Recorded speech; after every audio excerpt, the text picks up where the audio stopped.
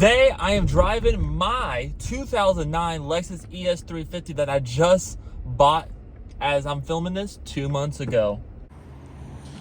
All right, guys, now before we get behind the wheel of my beautiful new Lexus ES350 2009, let's talk about it. So like I said, this is 2009. This is part of that generation that went on from 2007 to 2012.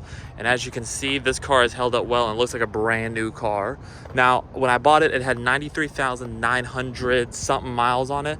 This one now has 98. I'm about to pass 98 as we're filming this, which is crazy because that means I put on 4,500 miles on this car in 2 months. But that's how great this car is to drive, and that's how, I don't know, much I drive. So I hope you're not judging me too harshly on that. As you can see from the outside, I will admit that this car is just absolutely, I mean, it's not gonna turn heads. Like, as I'm filming this, no one's gonna be looking at me. They might look at me because I look crazy because I'm filming my car as I'm walking around it, but they're not going to look at me because the car is like a concept car, a supercar, or whatever, right? They're just going to look at me because they think I'm crazy, which I'm sure they're doing that right now. But I personally think, even though it's not going to snap necks, it's probably one of the most beautiful cars you can get for the price that I paid, which we will talk about later in the car review. But yeah, I mean, guys, this silver with the chrome really works for me. Now, will the chrome be around forever? Knowing me, probably not. I might switch it up and do a different type of color because, you know, chrome's everywhere. But for right now, I gotta say the chrome really works on silver better than it would on black. And the wheels, even though these are the basic wheels, I personally, I dig how simple and how elegant they look. They look premium, they look stately. And they're really beautiful looking wheels when they're clean, but they're also just easy to clean, which I really like. And I know this is not the new front face Lexuses with the bigger grills, the sharper angles and everything, but I gotta be honest with you guys, it looks great. Honestly, maybe even better than the newer grills. Though I'll be honest, the F Sport grills I think are the best version of the new bigger grills. I think this plain grill for the front just really looks amazing and really has aged very well and very timelessly, and it's definitely better. This car is definitely a lot better looking than its Toyota Camry counterpart from the same generation. But anyway, let's talk about the car. So you walk into the car, it is keyless entry, which is really nice considering they came out with this back in 2007. Such a crazy thing. Not a lot of cars had it back then. It was very luxurious. So to walk into the car, you push the lock and you lock the car. Now, something that not a lot of cars have even today, honestly, which is kind of sad, is you put your hand on the back and you unlock the car. And once you do, you're greeted to this really simple but nice, luxurious interior that has aged. You know, you see some wrinkles and wear, but compared to the cars that I saw on the market, the same exact car on the market, all of its fellow brothers and sisters that were for sale with 130,000 miles, this interior looks brand new in comparison. It's really great. And no leather on the upper hand, but it's still nice, softly padded. Not, well, injected molded plastic, but it's still nice. Really, this is really nice, really soft. I love putting my arms here. It's amazing. Grabbing it's amazing. It feels sturdy. It doesn't feel like it's gonna fall apart. And you do have all 4 windows roll down and roll up automatically, which is very nice. Lexus has been doing that for a long time, and that's a really nice thing. And you're also greeted to this Lexus badge. I wish it lit it up, but I'm gonna change that personally in the coming future to make it look nicer. But this is great for what you're getting. For the price I paid, that's what you got to keep in mind. I'll talk about it in the video, but for the price, this stuff is stellar. So to hop on in, you kind of have to duck your head, especially if you're me and 6'2", and you close the door yourself. Relatively solid sounding door, especially considering the fact that this is a 15-year-old car. And like I said, this interior, yes, it's not gonna be modern and cutting edge and super futuristic-y looking compared to the competition of today, the brand new cars, compared to its newer ES350 counterpart. But it's very simple, it's very classy. Nothing's ugly in here to look at. It's a very nice cabin to spend time. And considering this, again, 15 years old, I mean, it's beyond impressive. It's better than it should be, to be honest. But anyhow, to start the car, again, like I said, it's push button start. And there's a little button right on the back. You put your foot on the brake, lights up green, and then And just like you saw, yes, even at 15 years old, this car has electronic tilting and telescoping steering wheel, which, again, guys, very impressive. Also, it has auto dimming rear view mirror, which is nice. And I mean, you can't see it, but it's got a rear sunshade that rolls up and down in the back. Very nice. And a sunroof. I mean, guys, you got to keep in mind, the technology in this car for its age is kind of impeccable.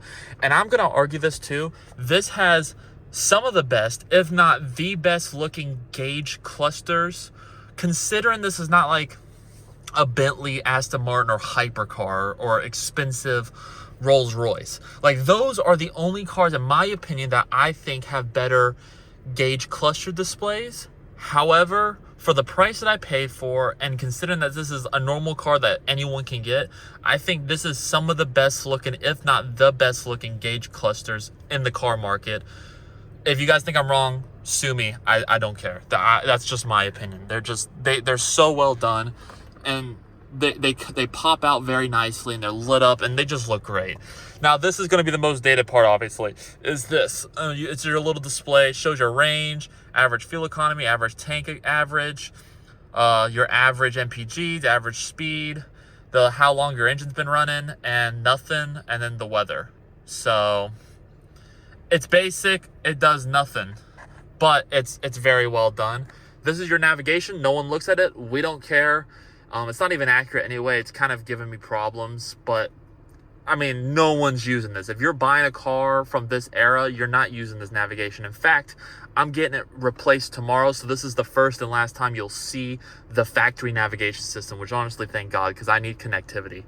But I'm just going to take you through it. You do have climate controls in the screen, which is really futuristic for its time, but now it looks extremely dated. Your audio, your radio, your FM, and it's basic, but you know what? You have it. It's nice.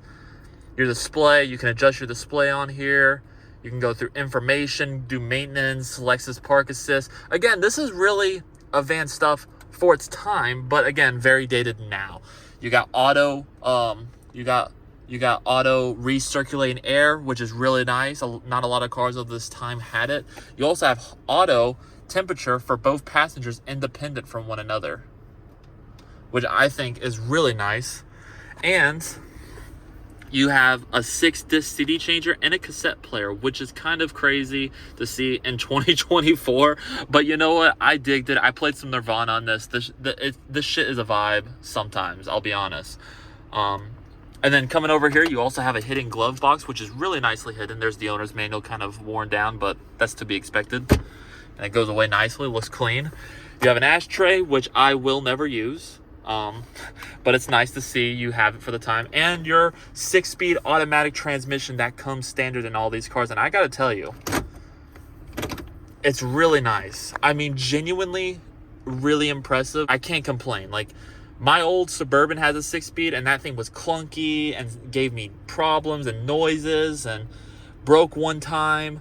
This car, it shifts like a 10-speed automatic from, you know, the new Chevy Suburbans and Tahoes and Yukons and Ford Expeditions. It shifts just like a 10-speed, but it's a 6-speed, and that's what I'm really impressed with this car. And you got nice real wood on the shift knob, which is really nice, and this nice gray leather to go with it.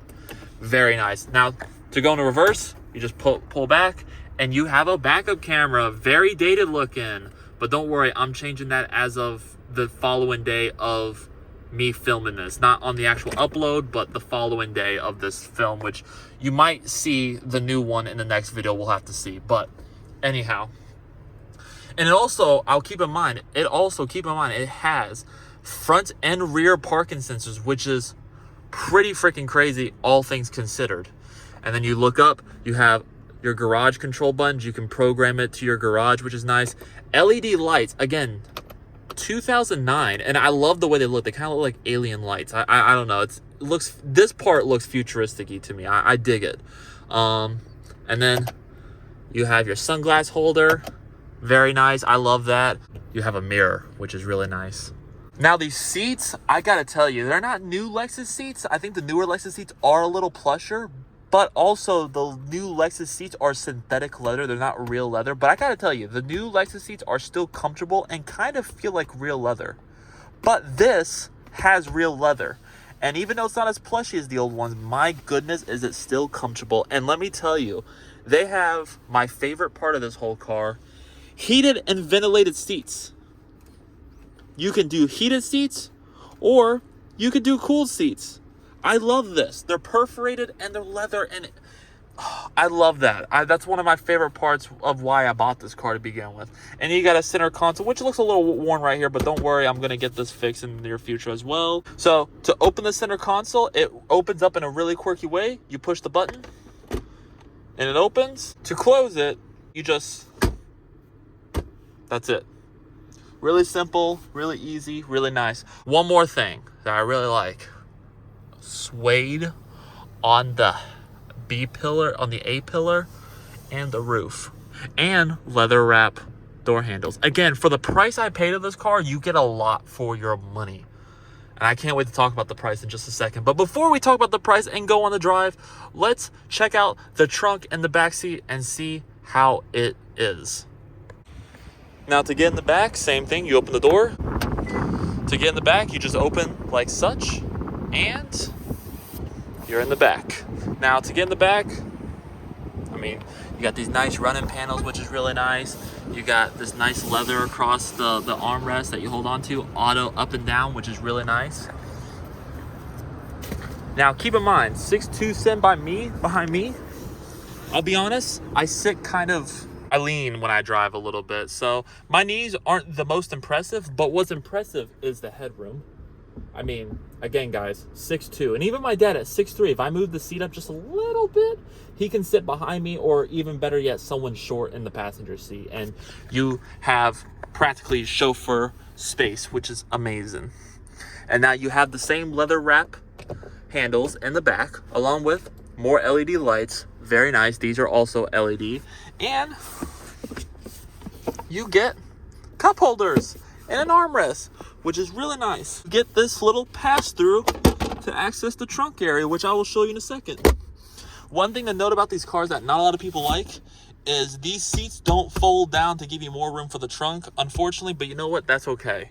It doesn't bother me, and actually, I find that it insulates the cabin from road noise better than a car that has the rear seats folded down. So that's something to keep in mind. Also, you have AC vents, which not a lot of cars for $10K, or for not a lot of cars for the price that I bought this car for even have these. So the fact that this has rear AC vents is kind of nutty and kind of nice, and I appreciate that a lot. Lexus gives you a lot for the time period and for honestly today. Something that really helped my decision making when it came to buying the car. But overall, guys, let's go check out the trunk, and then let's get behind the wheel. Let's take you back behind the wheel and see how it drives. So there are two options to get in the back. One is you can hold a rubber button and pop it, and after 2 to 3 seconds it will pop. Or you can do what I do and essentially just, you see that button right there, you just hold it down and you open it just like such. Makes a little beep sound, and then you just lift. Now, as you can see, this car has about 16 to 17 feet of cubic trunk area. I think 15 at the least, but as you can see, I'm carrying stuff. This is the new infotainment system that I will be putting in tomorrow on the day of this filming, that is. You got my stuff, and I'm going over to a buddy's house after this, so this is my stuff all packed, and as you can see, it really does a good job at stowing everything well. As you can see, it does not fold down. The back seats don't fold down, but there's the pass-through as you saw before. Overall, guys, it's a really great practical car. Just don't expect to be an SUV practical. So with all that being said, let's go back to the road and I will tell you how it drives. So now that you guys have seen the walk around and the interior, the back seat and the trunk, let's talk about the driving experience. It's so quiet. I don't know if you can hear it, but like, you don't hear much noise outside. Like, I can hear that big truck just a wee bit, but like, genuinely, I don't hear much at all, which is, in my opinion, very impressive for the price. And I have to keep saying that because I got this for such a steal, and we're going to talk about that in just a second. I talk about it a little bit in the previous video that I made. If you want to check that out, I'll put a link to it in the comment section. But yeah, I'm very happy with this purchase, as you can kind of see. And I'll talk more about the purchase and ownership stuff in a following video. But let's talk about how it drives. So it's got plenty of power. Now, I think this car has around 250, 270 horsepower. I'm gonna put the actual number on the screen right here. Whatever number that says, that's the actual number, but I'm guessing around 250 to 270. And the pound-feet of torque, I'll put right here as well.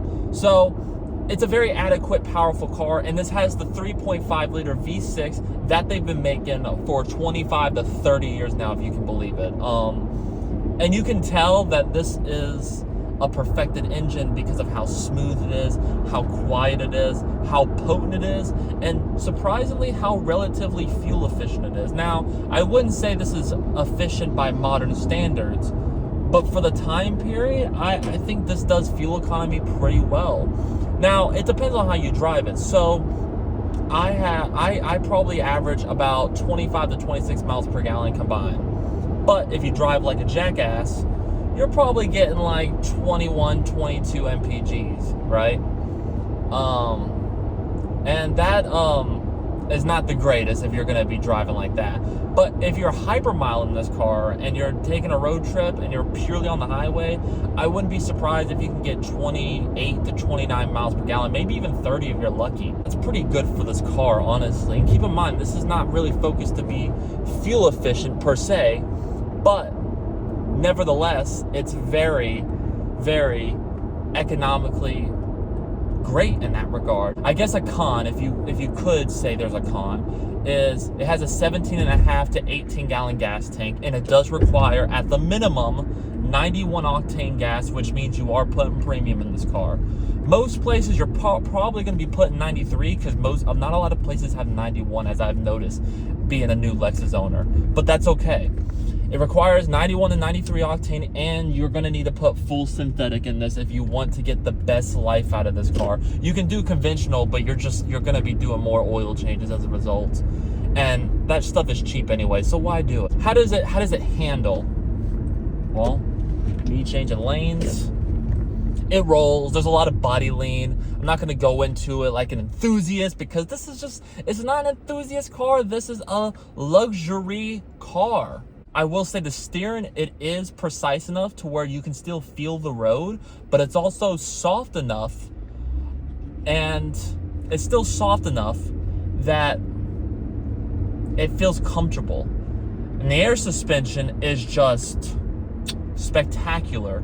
It's very nice, and it rides so soft and so plush, and it's very, very good. I guess another drawback of this car, if you had to nitpick, again, for the price I paid, I wouldn't nitpick about this, because these are all easy problems to change, right? But another thing is there's no connectivity, which if you're like me, or you're a part of this generation, or I don't know, if you're looking for connectivity, you're not gonna find it in this car, but that's fine. That's kind of what you expect for the price, right? The beautiful thing is I found an infotainment on, and I'll talk more about that in the next video, but I got a good price on it, and I'm putting it in tomorrow, and hopefully you'll see it in another video. So that's what I'm looking forward to do.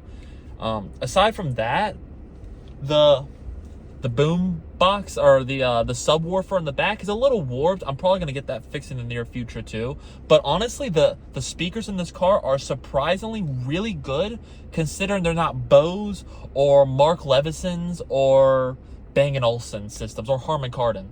Like, considering it's not one of those brands, it's just normal Lexus premium audio system. It's a really nice system setup. Aside from the subwoofer, it's perfection, and I'm probably not gonna put a new system in unless they break, which I don't think they will. Also, you got a sunroof, and that's super nice, honestly, too, when you're taking into account into buying this car. Let's talk about the price of this car while we're at it anyway, right? So I told you about the fuel economy. I told you about the engine and the horsepower and all that stuff. But what's the price of this car if you want a car like this in 2024? Well, it's possible. It's a hard find, but it's very possible.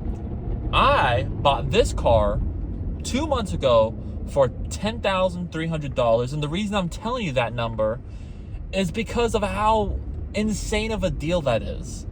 This car's this car still is below 100,000 miles. It drives like a new car. And aside from the tech, and aside from the older look, I guess, if you want to complain about that, this car drives like a $20,000 to $30,000 car. It feels like a newer car in here. It doesn't feel old. It still feels luxurious. I got the Toyota reliability, but with Mercedes-Benz luxury. And that's what I'm super happy about. That's what I flex when I buy this car, is knowing that I got the luxury of a Benz and I got the reliability of a Toyota. That's the ultimate win. And if you're looking to buy one of these cars, if you can find one for 10 grand like I did, you need to buy it. I don't care how many people tell you that, like, oh, it's a grandpa's car. That generation of Es350's grandpa car. I don't care. This is one of the best purchases you'll ever make in your life, and you'll be really surprised about how nice this car is to drive and to daily. I mean, truly, you're really missing out on an epic car. In fact, I think a lot of people are missing out on the car because they just write it off as an old man's car. It's not. I'm making this youthful again. I'm bringing it back, and I'm going to add touches to this car throughout time that I may document on this channel, and I'm going to bring this car into the modern day and age with just a couple of tweaks and finishes that you will see in the near future, and hopefully it will be impressive, all things considered, because this car has so much potential, and it still is one of the most beautiful cars you can drive on the road. It's not going to snap heads. It's going to be very anonymous. Its design language is very, very anonymous with how it is. But however, even though no one's going to snap necks looking at it, even though no one's going to be like, oh, that's a beautiful car, it's definitely not the most beautiful car on the road, but it's a really well thought out, elegant design. I would argue this is the best looking ES350, I think, ever as of right now. Now, I know it doesn't have LED turn signals and the LED front face, which I'm going to change. But when it does have that, I think this is going to be the best looking one. The design language is perfect. It's not too flat looking, like it's not too ovally and too flat and squished down like the brand new car, but it's not too squared off and Minecrafty looking like the one after this car, literally the next generation in 2013. And then that facelift, I mean, it's a good looking car, but it didn't really like help the look a lot. It didn't really do a lot. I think it looks a little bit better, but not much. And the newest one, I do like the look of it, especially the front end, but the back end just looks smushed down and awkward and strange. And it's okay. It's not impressive. This car is just timeless. And it's funny because the one before this was pretty ugly in my opinion. Wasn't like the ugliest car on the road, but it was pretty ugly, especially the front bulgy bug eye looking headlights. That was probably the worst part of the previous generation. And the one before that just didn't have any style. It was very basic. And the one before that, and the one before that. So I do believe this is the best looking one. And you're getting, listen, if you can find one for 10 grand, you're getting a lot of bang for your buck in this car. You're getting a lot of bang for your buck, and you're getting good fuel economy. You're getting good luxury. You're getting good features. Just, you might have to tweak a few things around to make this car nicer. But if you can get past that, and if you can get past the premium required gas, this is the best car you'll ever buy, because these cars will go 250 to 300,000 miles on average. And I've seen these cars even go as high as 500,000 to 600,000 miles with really good care. I'm not going to keep my car for that long. You'll see me in a better car before then. But the fact that I just have that reliability under the finger of underneath my fingertips, if I needed to go that far, if I needed to keep this car for that long, I think that's just really nice. That's such a nice, luxurious thing to think about, knowing that I don't have to worry about this car dying on me before then. That's amazing. And you would be dumb not to consider this car. I'm so happy I finally made this video. I hope you guys enjoyed it. I hope it was informative, and I hope I've inspired you, just like I've inspired my friends, to go buy a Lexus and Toyota product, because I'm a big believer in it now that I'm driving one and owning one, and it's just amazing. I mean, it is. So please share this around. Please leave a comment. Those do help my video. That helps YouTube push the videos out more if you do leave a comment, so that is greatly appreciated. And also, please give it a like. and subscribe, of course.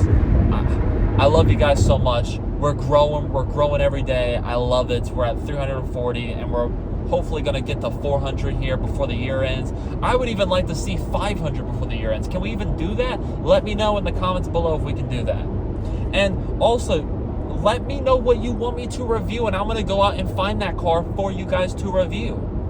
I'm here to do it, so let's do it. Please leave it in the comments below and let me know. I would really appreciate it. But with all that being said, thank you for watching. I will see you guys in another video. Peace out, guys.